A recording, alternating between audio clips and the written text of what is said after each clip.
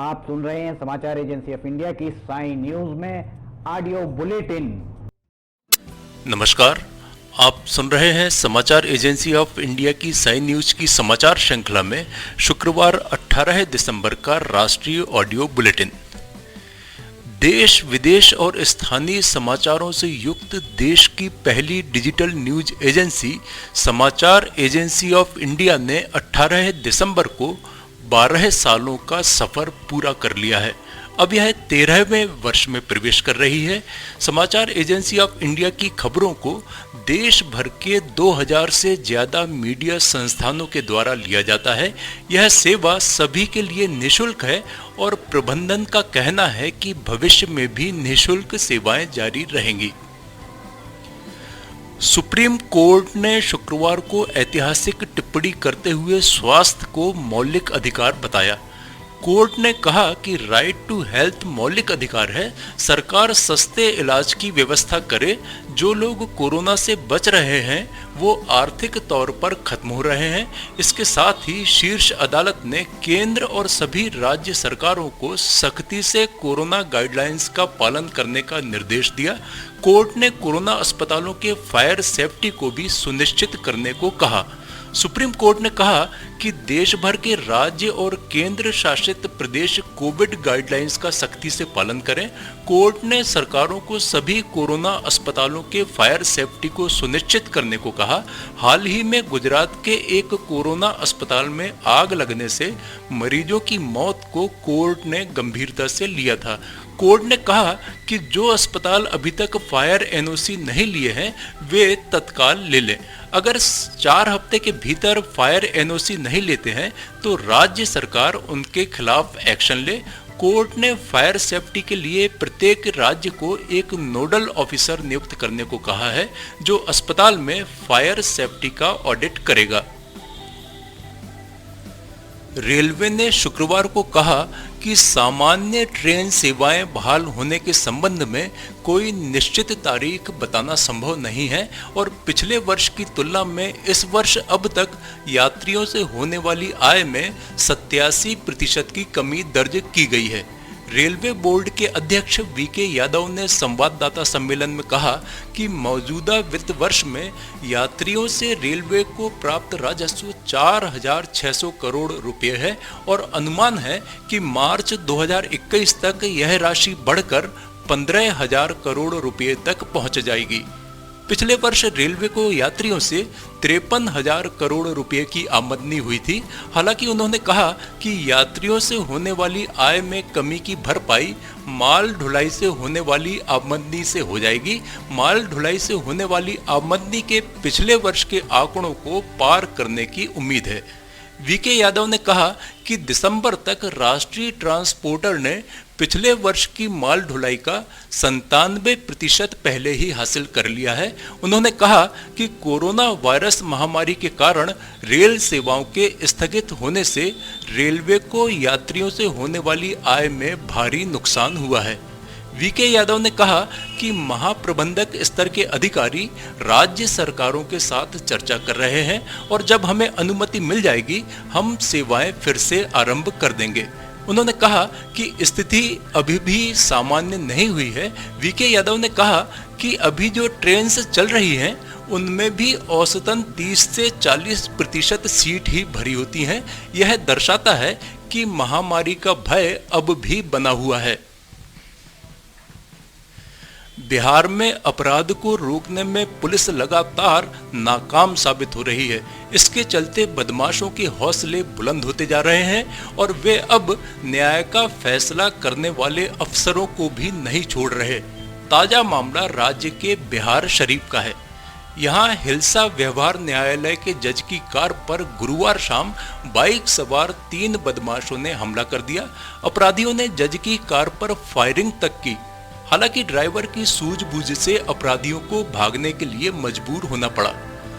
बताया गया है कि यह हमला उस समय हुआ जब एडीजे 1 जय किशोर दुबे कोर्ट से अपने आवास की तरफ लौट रहे थे।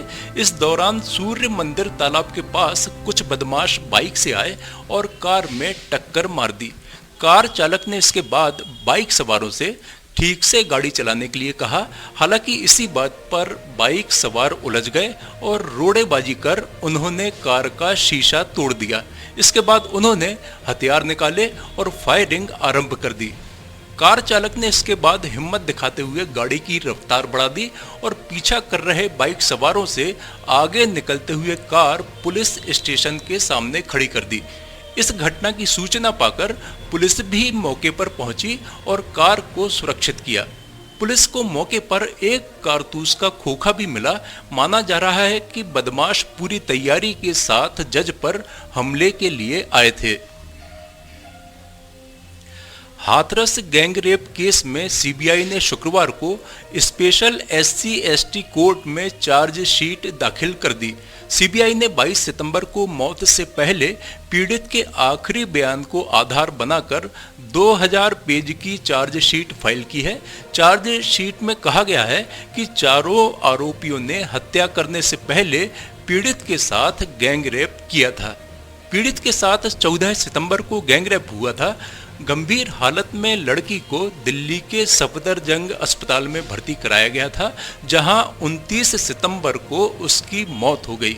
जांच के दौरान पीड़ित और आरोपियों के परिजन समेत 50 से ज्यादा लोगों के साथ पूछताछ की गई है।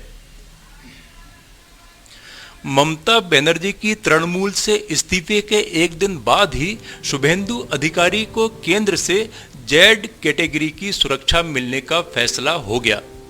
गृह मंत्रालय के आदेश के मुताबिक केंद्रीय सुरक्षा एजेंसियों से चर्चा के बाद शुभेंदु को बंगाल में जेड सिक्योरिटी देने का फैसला लिया गया है।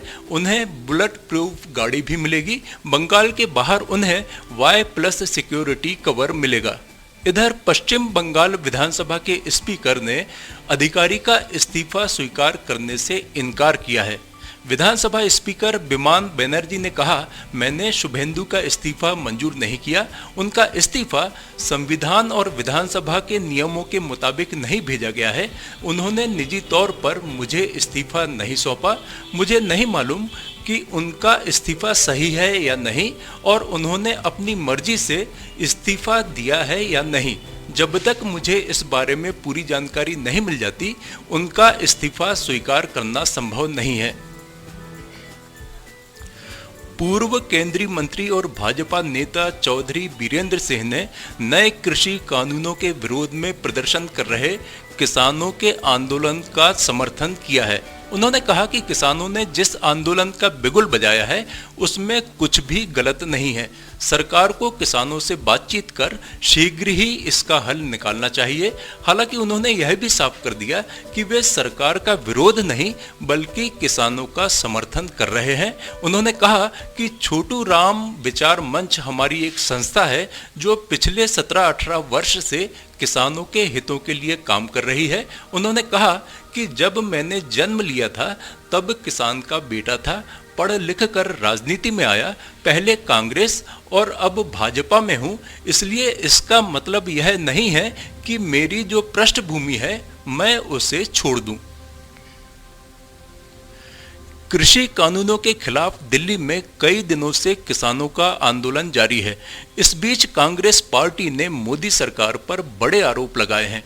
कांग्रेस पार्टी के प्रवक्ता रणदीप सिंह सुरजेवाला ने कहा, किसान 21 दिन से सर्दी में लाखों की संख्या में दिल्ली के चारों तरफ न्याय की गुहार लगा रहे हैं। मोदी सरकार अब ईस्ट इंडिया कंपनी से भी बड़ी व्यापारी कंपनी बन गई है जो किसान की मेहनत की गंगा को मैली कर मुट्ठी भर पूंजीपतियों को पैसा कमवाना चाहती है।